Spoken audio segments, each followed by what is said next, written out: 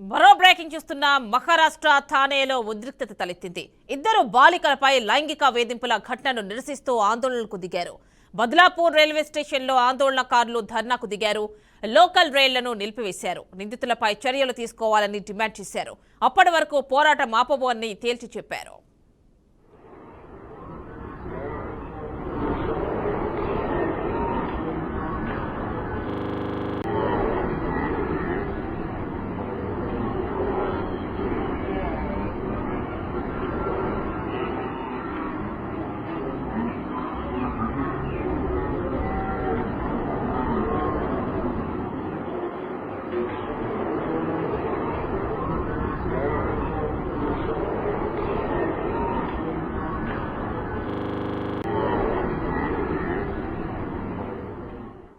ఇక ఈ అంశానికి సంబంధించి మరిన్ని డీటెయిల్స్ మా ఇన్పుట్ ఎడిటర్ రాజమౌళి అందిస్తారు.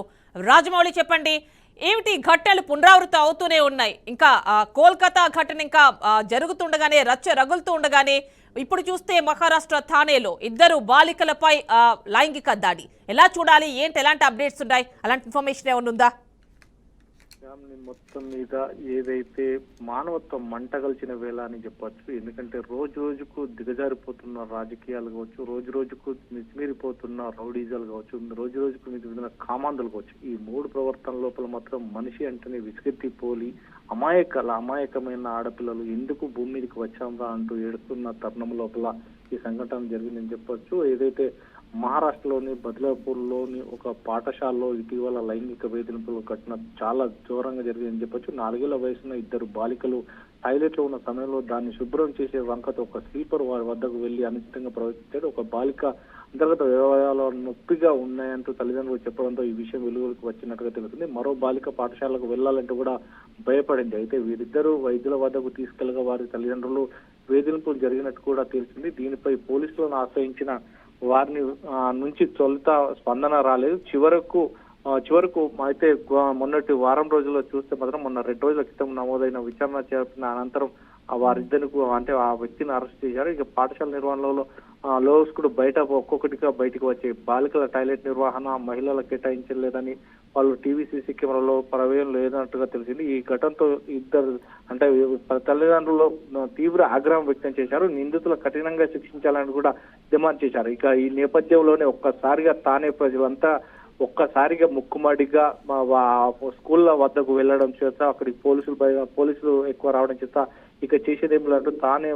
తానేలో ఉన్న జనాందోళనకు తట్టుకోలేక పోలీసులు కూడా వైదొలిగారు. ఇక రైల్వే ట్రాక్ పై ఆందోళన నిరసనతో పలు రైళ్లు కూడా నిలిచిపోయి పరిణామాలపై స్పందించిన బాల హక్కుల జాతీయ కమిషన్ దర్యాప్తు నిమిత్తం బద్లాపూర్ కు ఒక బృందాన్ని పంపాలని కూడా నిర్ణయించి ఈ సంఘటనపై పాఠశాల యాజమాన్యం తీవ్ర విచారణ వ్యక్తం చేసినట్టు కూడా తెలుస్తుంది. అయితే మరోసారి ఇలాంటి పరిస్థితులు పునరావృతం కాకుండా అన్ని చర్యలు తీసుకుంటామని తెలిపినప్పటికీ, అంతేకాకుండా ప్రిన్సిపల్ ను కూడా సస్పెండ్ చేసినట్టు కూడా తెలిసింది. ఆ పిల్లల క్లాస్ టీచర్ వారి బాధ్యతను చూస్తున్నట్టుగా ఇద్దరు పిల్లల్ని ఉన్న పెద్ద స్లీపర్ కాంట్రాక్టర్ పద్ధతిలో ఉన్న నేపథ్యంలోనే ఆ కాంట్రాక్టర్ పైన కూడా చర్యలు తీసుకున్నట్టు తెలుస్తుంది. కానీ ఇలాంటి సంఘటనలు రోజు రోజుకు మితిమీరిపిస్తున్న నేపథ్యంలోనే ఆ స్కూల్ యాజమాన్యులు కావచ్చు, లేదంటే అక్కడ ఉన్నటువంటి అధికారులు కావచ్చు, లేదంటే టీచర్ వ్యవస్థ కావచ్చు, ఇలాంటి వ్యవహారంలో 4 ఏళ్ల పాపలపై ఇలాంటి అగత్యానికి పాల్పడుతున్న వారిని కఠినంగా శిక్షించాలంటూ కూడా తానే ప్రజలు కోరుతున్నారు. Right Rajamouli, thank you.